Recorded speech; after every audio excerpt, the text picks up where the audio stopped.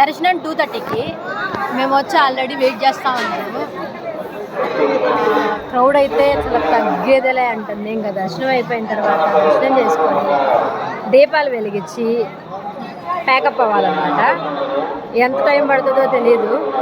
1 గంట తర్వాత మేము దర్శనానికి వెళ్తున్నాము. మా అన్న రెడీ చేసాము. గైస్ మేము స్పెషల్ దర్శనానికి వెళ్తున్నాము. Worth it. చాలాసేపు వెయిట్ చేయించారు మా చేత.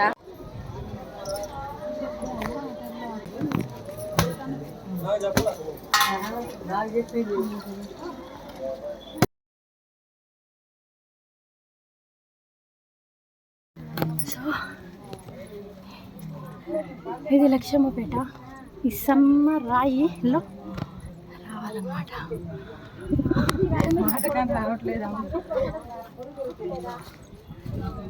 అడ్వెంచర్ ఇది, ట్రెక్కింగ్.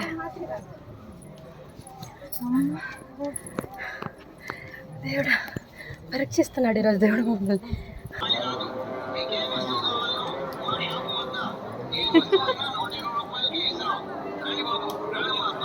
మీరు కూడా మంచిగా స్కానర్ పెట్టుకోవచ్చు కదా.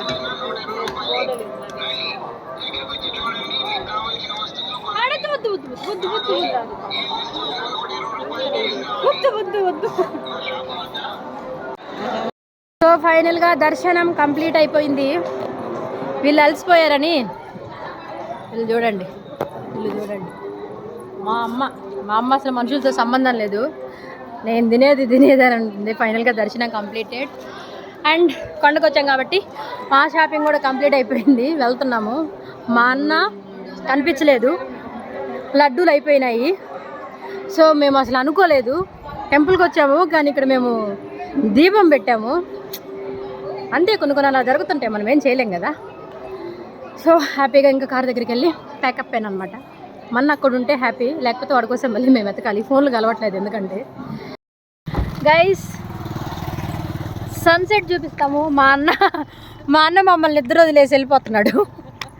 మేమిద్దరం ఫోటోలు పిచ్చామని. సన్సెట్ అయితే అదిరిపోయింది. ప్రజెంట్ మేము రాళ్ళపాడు ప్రాజెక్ట్